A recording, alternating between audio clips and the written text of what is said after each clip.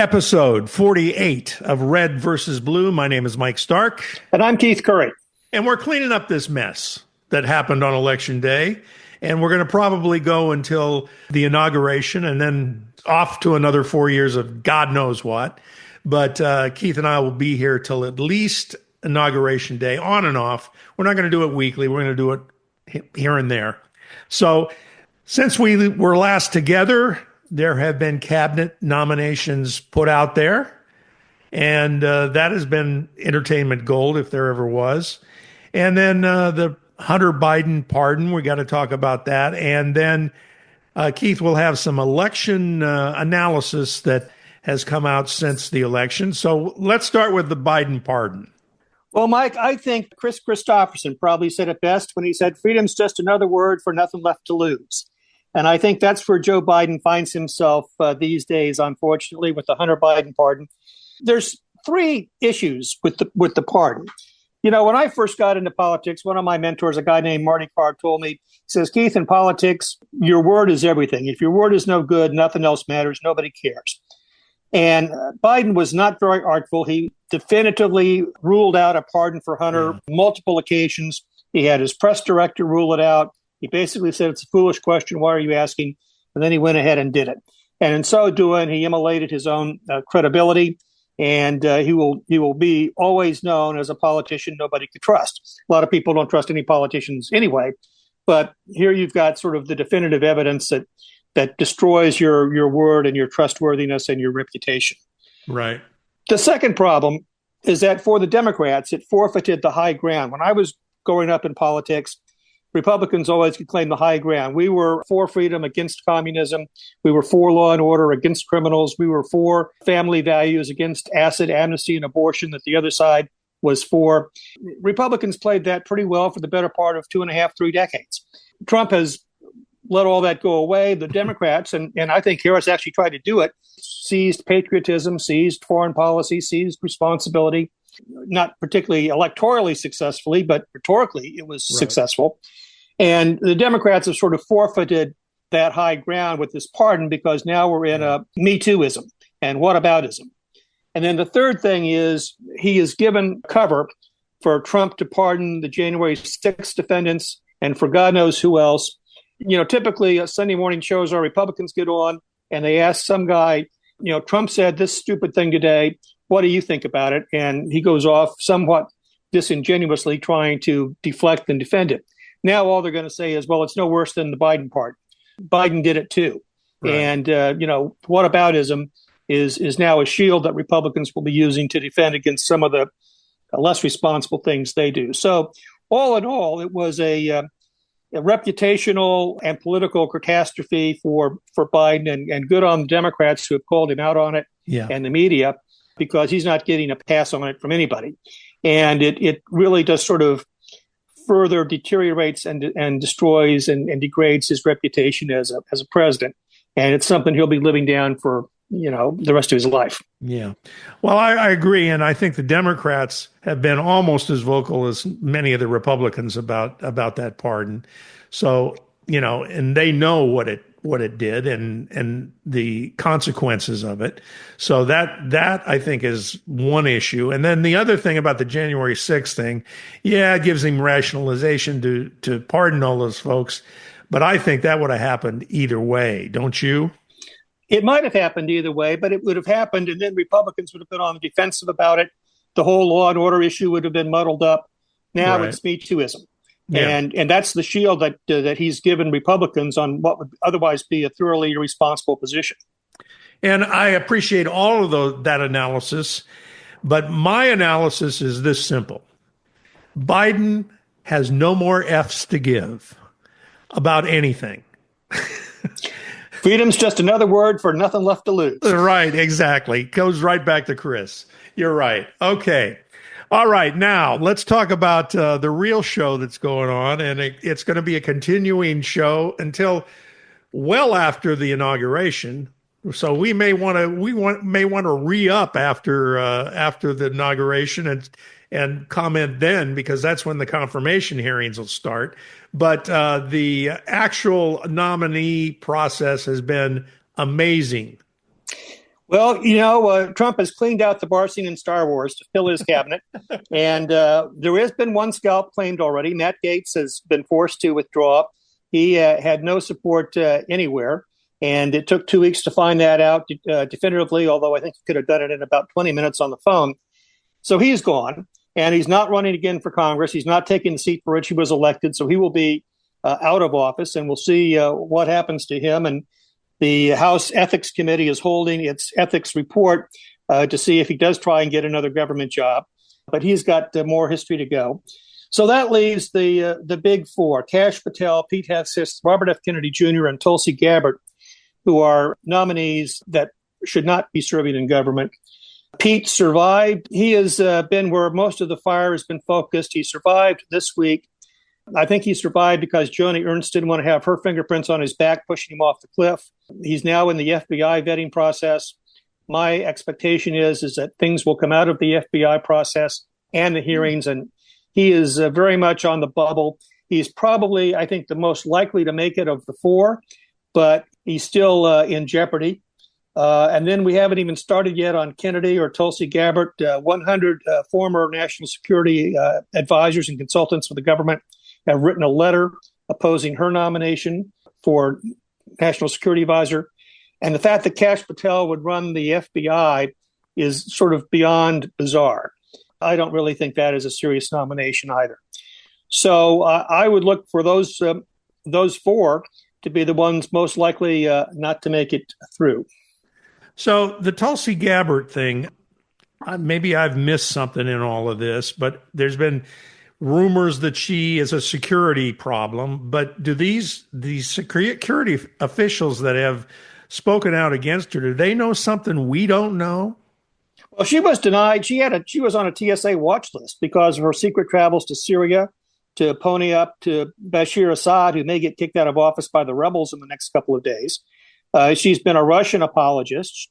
She has been a strong critic of Ukraine. And she is a media darling in Russia. She is talked about there in glowing terms on Russian television and in Russian propaganda. So there is a lot of concern that she may be compromised one way or the other, right? In terms of her past positions. Now, Kash, he has subscribed to a lot of QAnon philosophy, right? He has. I mean, he's a big QAnon fan. He sells merchandise there. QAnon pumps him up, and he legitimizes QAnon because he plays footsie with them. That he would be head of the FBI is beyond bizarre. And those children's books he wrote about Trump are pretty amazing as well. I will just say that I think they still give drug tests in the federal government. I'm not sure he's going to pass. And then there's our old worm brain friend, Robert F. Kennedy. What do you got to say about him? Who has his own sexual assault babysitter issues going back. Cheryl Hines, his wife, posted a picture of him in the shower this week. I guess he's trying to broaden his appeal. I'm not sure that worked. And again, he has a whole cadre of food conspiracy theorists and vaccine conspiracy theorists who sort of believe he walks on water. Right. But again, to put him in charge of health of the nation is beyond bizarre. Right. I mean, I think Trump is just sort of screwing with and even Steve Bannon has said this. He says, listen, if Matt Gaetz had stayed there, they'd all be going crazy about Matt Gaetz and Pete would be sliding through. I think a lot of these nominations are put up just to draw fire so that everybody else sort of makes it. And most of the rest of them are sort of normal nominees. But these four are certainly drawing fire and frankly do not deserve to be confirmed. The other nominees, you say, are fairly normal, as they say, but are there any of those that have a problem that we are not seeing because of these other distractions? I think the financial conflicts of interest are going to be pretty massive. A lot of these people are hedge fund managers or investors, cryptocurrency barons, and the policies of the federal government that affect their personal fortunes is pretty significant. And I don't know that any of them are really prepared for a blind trust or divestment. You know, some of them have so much stock, it's going to move the stock prices, and it's going to be a market disclosure issue when they have to sell. Wow. So those issues have not fully been vetted. I mean, they're sort of routine issues when rich people get put into the cabinet. Sure. Unlike Rex Tillerson, who owned Exxon stock, If you own a bunch of cryptocurrency and you can manipulate it, or in the case of Musk, if you have a business that's pretty fully dependent upon federal grants, subsidies, and tax credits for electric vehicles, Right. the opportunity for conflict is pretty ripe. And that stuff would come out in the confirmation hearings? It would. All of them are required to do extensive FBI disclosure. The FBI will go through their IRS records. All of that will be public record, or at least private record, and will be available for the Senate committee doing the hearings. And I expect there'll be a lot of gymnastics of people either not wanting to divest, pulling themselves out because it's going to be too expensive for them to serve in the government, or moving the markets, frankly, in the way that when they have to sell their assets. And we'll see how it all plays out. But I think it's going to be pretty sloppy. As we mentioned on the last episode, C-SPAN is going to have a good year in 2025, I think. I think the hearings are going to have an entertainment value that we have not seen in a long, long time. I mean, I remember doing Watergate, when they used to sell TVs in a Circuit City store, and you had 15 of them lined up there, and they were all tuned into Sam Ervin, right? And his eyebrows twitching up and down. We're going to have a whole new series of that for a new generation. Yeah, exactly. Back then, though, it was just the three networks, and they covered it pretty thoroughly back then, if I remember right. They did, and now, I mean, it's the entertainment value is going to be more. I mean, we saw this week the head of the Secret Service and a congressman screaming at each other. Right. I expect more of that. Excellent. That's what we look for. But Mike, here's the thing. A lot of our Democratic listeners may be a little disheartened thinking Republicans are all sort of in lockstep with some of these more bizarre nominees. I've been a reader of National Review magazine, which is the William F. Buckley founded conservative journal, founded the year I was born. It is the bulwark of the Buckley Reagan conservative wing of the Republican Party. I've been reading it since high school, and I got my issue this week. Here is what National Review, the noted conservative journal of America, has to say about Trump's nominees. First of all, here's Robert F. Kennedy. Kennedy's life in recent years has been a cross between Wild Kingdom and a David Lynch movie, The Brain Worm, dumping baby bear carcasses in Central Park, and the beheading of a whale carcass. He's a walking, overflowing fountain of weirdness with no proven capacity to manage a large organization, much less a stubborn bureaucracy. Here's what they had to say about Matt Gaetz. Matt Gaetz is an egregiously bad choice to be the next attorney general. Gaetz has no relevant experience. Obnoxious and snide, he's detested by colleagues on both the right and left, and was the architect of the asinine remover to push out Kevin McCarthy. For Tulsi Gabbard, she is the toast of Russia's state media. It would be hard to imagine a worse choice for Director of National Intelligence, but she is Trump's. The Senate should reject her soundly. Pete Hegseth's personal life is also not sterling, including a record of serial divorce and extramarital dalliances. The Senate should give Hegseth the benefit of the doubts, but his nomination is worthy of a careful look. And then finally, again, another Matt Gaetz, Robert F. Kennedy thing. As Trump's selection of Matt Gaetz for Attorney General and Robert F. Kennedy for Secretary of Health and Human Services make clear, he is still the same erratic, temperamental, narcissistic jerk he always was. That's the conservative media's take on things. Yeah. So I was going to ask you this at the end, but I think it fits in nicely right here. You are a traditional Republican, much like those folks that do the National Review. Where do you sit right now? I look at you guys as like, you guys have had your Facebook page taken over by somebody else and you can't get it back. Is that a fair analysis? Well, it is, and it's a hard place to be. And I think you're going to see, some senators, there are not many of them, but senators who step up and figure out how to put the knife into some of these bad nominees. They're all thinking about how to do it very stealthily without making it look like they did it. And you notice nobody got the blame for Matt Gaetz, but Matt Gaetz is gone. That's true. And the problem with why Pete Hegseth is still here is it would have been Joni Ernst's fingerprints on Hegseth last week. Give him a little more time, and I think that can be done a little bit more stealthily. Mitch McConnell is yet to be heard from. So there are still traditional Republicans who are, standing up for the republic. Not many anymore. I mean, everybody's hoping for the best on economics and hoping against the worst on foreign policy, and Right. we got our fingers crossed. But it's a lonely time, a lonely place. Yeah, and if you're a Democrat and think you're lonely, think about Keith for a second. Have some empathy for him, because he's in a worse place than we are. At least we know that we got beat, and we can correct it. Keith and his traditional Republicans are in a position of, what do we do now? Yeah, the worst place to be in politics is if you lose by winning. So yeah, there you go. That's a good analysis there.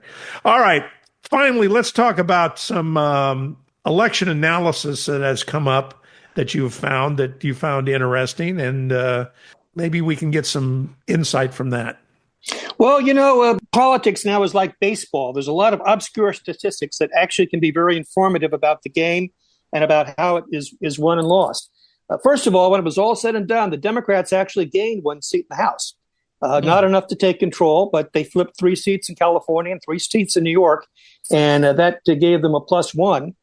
With the expected absences of Mike Waltz and Elsie Stefanik and now Gates, it's going to be a period of time up until April where the Republican margin is going to be 1 in the House. So the Republicans have got to be very cohesive and disciplined to get anything done. We'll see if they're up for the task. Another interesting stat is that Steve Garvey, who established the Republican baseline because he had no discernible campaign. If it were not for the 3 fundraising emails a day that ended up in my spam folder and the occasional letter that came with a pre-stamped return, I would have seen no evidence whatsoever of the Garvey campaign. Steve Garvey ran 230,000 votes ahead of Trump in California. So that tells you that, there are at least 229,999 other Republicans like me who were going to vote Republican down the line. They voted for the baseline Republican, Steve Garvey, did not vote for Trump. Right. And that's going to be an issue that Republicans are going to have to grapple with in the future going forward. Of course, Trump will never be on the ballot again. And looking at sort of, your performance above replacement, Harris outperformed her Democratic base vote in 13 states. She ran even in 2 and underperformed in 36. And the flip side of that was Trump outperformed in 37 states. He ran even in 2 and underperformed in 11. So that's really sort of the story of the election. Now, there was an interesting forum at Harvard University where the campaigns came together and talked about their strategies of how they won, how they spent their money. Keep in mind that Harris had $250 million more to spend than the Trump campaign did. Right. And if you think back about campaign media, 1980 or 1982, I ran a ballot measure campaign in Los Angeles County. Went out and bought radio. You tried to only buy drive time, but they made you buy, midday and nighttime too. Same with television. You get a buyer and they'd try and, get you in prime time, but you'd end up, at midnight. And that was how you did it. And if your campaign was not a countywide campaign, you didn't do that because you reached too many people that couldn't vote for you. Right. In 2004, the Bush campaign in the re-election was groundbreaking because they bragged about how they could target women in Ohio who are stay-at-home moms while the kids are in school. They're at the gym on the bicycle, and they had an ad that would run on Drew Barrymore when that woman was at the gym, and they could really speak to specific voters that way in a way that heretofore had not been done. Obama refined that even more. In 2014, when I ran for the state legislature, you could get cable TV by city or zip code. And so a legislative campaign that would not have worked in the Southern California media market can now work because you're only talking to people who can vote for you. That was a big breakthrough. But what was new this year was with streaming. You can personally address your ads to an individual. So as if we are neighbors and I am deemed a swing voter, I'm seeing a Trump ad while you're seeing Jake from State Farm while we're watching the same show during the same commercial break. Wow. And that was a powerful insight that the Trump campaign used. In the beginning of 2024, they did a poll of 20,000 voters to determine who were the really undecided, persuadable voters. Where were they? What do they look like? What do they like? And they identified 6.4 million of those people. And they spoke to those 6.4, disproportionately, by the way, young, male, Black, urban in a way Republicans would have heretofore probably ignored or would not have spent money in that media market because it's too many other people. Right. The Harris campaign was speaking to 44.7 million people. Now, they had the money to do that, so they could buy routine cable. They got the same 6.4, but they paid for, 30-some million people more than they needed to. Right. So their money was not spent as effectively. And polling showed that Trump won those 6.3 million by 7 points. So Wow. That is the science of politics and how granular it's become, where you can now target people individually by name and address and get different ads on different people on the same block watching the different shows. Very interesting. That's the same show. Very interesting. Very interesting. And so, in other words, the Harris campaign took a more shotgun approach to their campaign, and it just scattered everywhere. And maybe it hit, maybe it didn't, right? And spent a lot of money doing that. They spent more. Yes, they spent a lot of money wastefully on people who had already made up their minds, who were not persuadable. 44 million versus a targeted 6 million. And that's why, even though they had substantially less money, the Trump campaign got a lot more bang for their buck in terms of the targeted voters and their persuadability, and had a bigger impact on those voters in terms of their final decision. So it's their IT guy that wins elections now, I guess. It's that pimply-faced nerd in the back, who's watching, FUBU and Freebie and, all these other cable channels most people can't even pronounce. Right. Who figures out how to target, people who watch that stuff who are persuadable voters. Yes, that was the data guy who won the election. Yeah, amazing. All right. Anything else we need to cover before we sign off? And remind people that we're going to be around. We're not going to be here every week, but keep subscribed to the podcast and you'll get us in the future. So anything else this week? No, we're going to watch the stock markets going back and forth and up and down. The economy looked pretty strong this week with the jobs growth. And we're trying to finish the year, see where we go. The world's on fire. Who knows who's going to get appointed what next week? So stay tuned. Yeah, stay tuned. We will be back in the next few weeks at some point. Whenever we feel there's enough news to report on and enough things to analyze, we will come back, and we will likely do it right up until till the inauguration. So I want to thank you all for joining us. And like I said, keep subscribing, visit our Facebook page, like our Facebook page, and we will see you again soon on Red versus Blue. Merry Christmas, everybody.